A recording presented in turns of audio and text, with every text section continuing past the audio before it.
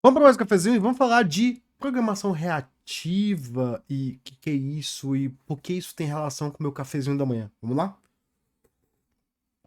Bom, talvez quando você esteja programando aí, você esteja pensando em programação proativa, né? Você vai lá e você dispara tudo, você faz tudo e você tem um controle de tudo.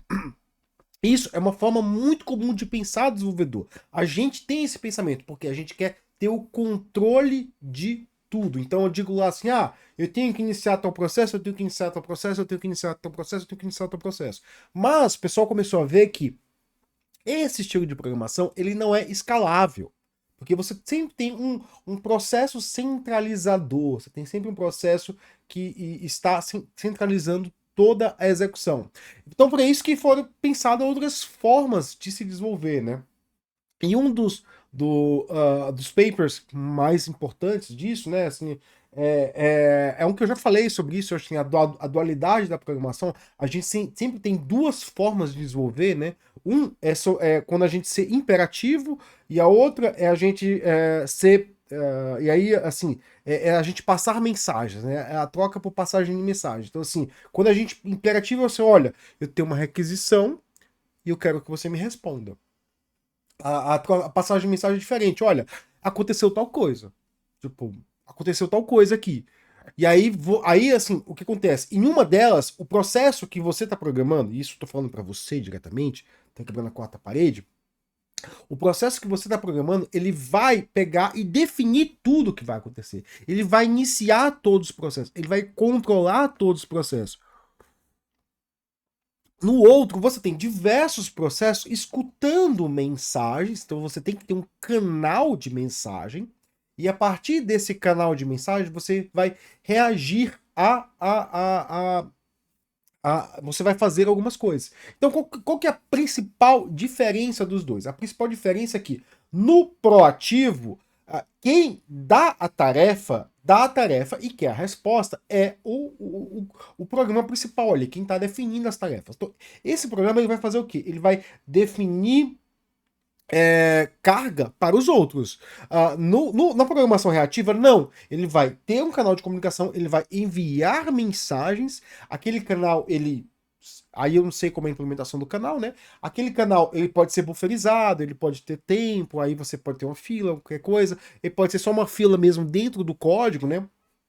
Mas do outro lado, você vai ter alguém que vai ouvir aquele canal, consumir aquele canal e fazer a tarefa. Qual que é a grande diferença aqui? No reativo, o consumidor define o seu próprio momento de consumo, né? Então, assim, no reativo não é que eu leio uma requisição e respondo ela. Eu faço o pooling de uma lista, eu resolvo aquela requisição e eu boto de volta. Então, eu reajo às mensagens, eu não respondo às mensagens, eu reajo. E tem até um manifesto chamado Manifesto Reativo. Eu sei que tem pessoas que não gostam de manifestos, né? Mas eu adoro o Manifesto Reativo. Eu vou ler aqui um pouquinho do que é o Manifesto Reativo e vocês vão entender aí que eu vou falando com o tempo, né? Sistemas reativos são baseados em assincronidade, em passagem de mensagens assíncronas, para estabelecer a fronteira entre os componentes que garantem a baixo acoplamento. Então, por exemplo, se você está desenvolvendo Kafka, você tem que ter a noção de Kafka ele não é um proativo, né? Ele não vai chegar lá e falar assim, ô processo tal, me responde isso aqui que eu estou esperando. Não, ele é reativo, ele fala assim, o usuário foi criado. Ah, e aí? O processo que criou o usuário? Acabou, para ele acabou. E aí, outro processo fala assim: eu tô lendo aqui os tópicos de usuário criados e tô respondendo com outras mensagens, né? Então, assim, ele é baseado em passagens de mensagem assíncrona. Mas eu quero um sistema que não seja assíncrono. Então, cara, se você quer um sistema que não seja assíncrono, eu creio que talvez se você usar um sistema reativo, um sistema não assíncrono, você tem algum problema. Você vai ter algum problema estrutural ali no seu sistema, né? E aí ele continua, né? Ele estabelece a fronteira para garantir o baixo acoplamento, isolação e transparência de localidade, de location transparency. O que é location transparency? Isso é bem interessante, né? Por exemplo, se eu tenho um sistema aqui e eu tô fazendo requisições HTTP para um outro sistema, e assim, quem fala de 90% da pessoa que fala de microserviço está pensando basicamente em HTTP no principal, REST, em segunda ali GPRS. Se ele for muito dummy, que vai pensar ali em, como é que fala mesmo? Até deu branco. GraphQL. E aí, tipo, talvez pense em Kafka, Fila, e aí vai. Mas muitas vezes ele tá pensando não reativamente. Tipo, assim, pensar reativamente é muito importante. Por quê? E vamos pensar na transparência de localidade. Eu não sei onde o outro processo está rodando. Eu não preciso saber. Eu não quero saber. Eu não me importo. Eu não importo nem se tem processo rodando ou não. Eu só mando uma mensagem usuário criado. Acabou. Tipo, e qual que é a vantagem com isso? Se eu não sei onde o processo está rodando, eu também não sei quantos processos estão rodando. Então, assim, se tem um processo ali desenfileirando e processando mensagem de usuário criado, beleza. Se eu tenho 10, 12, ou como fazendo teste de carga, eu tinha 198 threads. 198 era 12 vezes 8. Acho que 196. Threads rodando, um pouco não importa. Tipo, não importa, né? Por quê? Porque não importa, né? E aí, assim, como é que delega, como é que dá as falhas de mensagem? As falhas de mensagem, a gente como é que a gente, se tem falhas no processo, como é que funciona isso, né? E aí, assim, tem vários modelos de programação reativa, tá? Assim, eu tô falando de Kafka, eu tô falando de PubSub, né? Tô falando de Kafka, se eu tô falando de Kafka, eu tô falando de PubSub. Fila é um outro modelo, é um modelo diferente. Então, quando alguém fala assim, não, porque eu tô usando Kafka como Kiwi, vá com muita calma nisso, tá? Mas Kafka implementa aquilo. Vai com muita calma nisso. Vai com muita calma nisso. Kiwi é diferente de Kafka, tá? E a implementação de Kafka não é uma implementação de Kiwi ali. ah, é, Exatamente, assim, tipo, é uma implementação de fila do Kafka. Não é uma implementação de fila como se conhece ali, né? Como é que se constrói erros? Aí varia muito. Assim, você pode, mas assim, sempre que vai ter que ser passagem de mensagem assíncrona, né? Por exemplo, eu estava implementando esses dias uma funcionalidade que, deu erro aqui, eu envio para um tópico de erro. E aí, quem vai processar esse tópico de erro? Não sei, né? Eu já implementei coisas que pega a mensagem do tópico de erro e volta, né? Às vezes melhora ela e volta. Já implementei isso. Funciona isso, né? E sempre não bloqueante, né? Então, assim, se você está pensando em implementar alguma coisa que seja reativo, você vai precisar de um bloqueante. E, assim, é engraçado que o reativo ele é muito interessante. E aí eu vou botar um paper aqui muito interessante que é a dualidade da programação, alguma coisa assim, né? Que você pode ter sempre a programação reativa ela é sempre feita através de um loop, né? Você faz o pooling de mensagens, você processa ela e faz o pooling de mensagens, processa ela. Então você tem sempre um event loop, né? O event loop ele pode, tanto que o event loop para quem viu meus vídeos de Kafka, eu não sei onde eu falei isso ultimamente, eu acho que eu estava escrevendo isso na minha dissertação de mestrado. O Kafka ele sempre funciona com event loop. Assim, caso você não saiba, o Kafka Bootstrap é um grande event loop. Então, por exemplo, quando você está mandando mensagens ali no seu produtor, você está pegando o quê? Quando você manda a mensagem, você só enfileira ela numa fila interna ali, numa fila interna ali na memória, e tem uma thread de rede que está desenfileirando aquela fila o tempo todo. Do consumo é a mesma coisa. Tem uma thread de rede que está enfileirando mensagens ali o tempo todo numa fila, e toda vez que você faz o pooling, você está desenfileirando a mensagem nessa fila, né? Então o Kafka, naturalmente, ele é reativo, né? E quais são as vantagens da programação reativa, né? Vamos chegar aqui no finalzinho aqui desse cafezinho, quais são as vantagens? Bom, ele é mais resiliente. Aí você fala, pô, por que ele é mais resiliente? Vamos pensar aqui. Quando eu tenho passagem de mensagens assíncronas, eu não estou dependendo que o outro sistema esteja ativo e funcionando. Então, assim, se eu vou mandar fazer uma requisição para o servidor HTTP, o que eu estou fazendo? Eu estou mandando uma requisição para o servidor HTTP. Se aquele servidor não estiver online, ele não vai poder responder. Se ele não puder responder, eu falhei. Falhou. A requisição que eu estou respondendo aqui falhou. Agora, se eu peguei assim, eu mandei uma mensagem.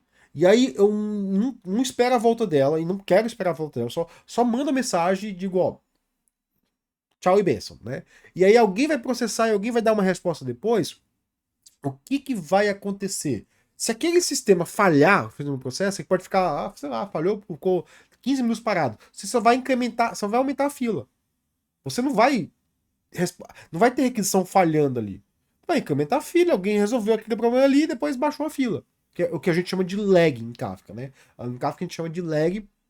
Eu tava escrevendo isso esses dias, né?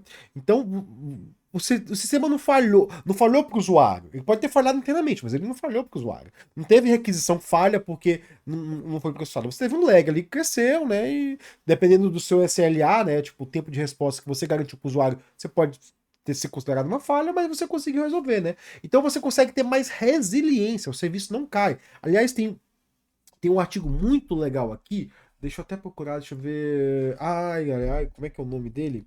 Depois eu vou deixar linkado aqui que fala sobre isso, né? Que é como você aumentar o tempo de. Basicamente o artigo fala o seguinte, né? É um artigo bem fácil de ler, é um artigo de revista, não é um artigo acadêmico, assim. É um artigo acadêmico, mas de revista, né? Da Communications da ACM. Da Kiwi da ACM, desculpa. Que ele fala basicamente o seguinte, né? Se você quer aumentar a disponibilidade, o cálculo da avaliabilidade, de cálculos of availability.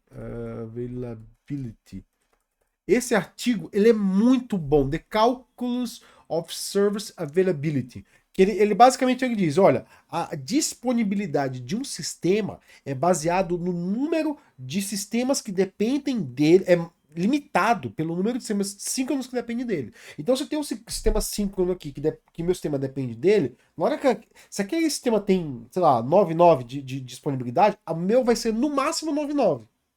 Se eu tenho um outro que der 98, o meu vai ser no máximo 98. E aí eu fiz uma conta assim de probabilística, né? Se eu tenho um 99 com 98, vai ser no máximo a multiplicação daquelas probabilidades. Então, cada vez que você adiciona dependências ao seu sistema, que eles são. Eles são. Até o subtítulo você é, no máximo, só é disponível pela soma das suas dependências, né? Se você adiciona uma dependência, ela vai estar no limite, no final, limitando a sua disponibilidade. Agora, como é que você resolve isso? Sistemas assíncronos, sistemas reativos, né? E por fim tem a elasticidade, né? O sistema,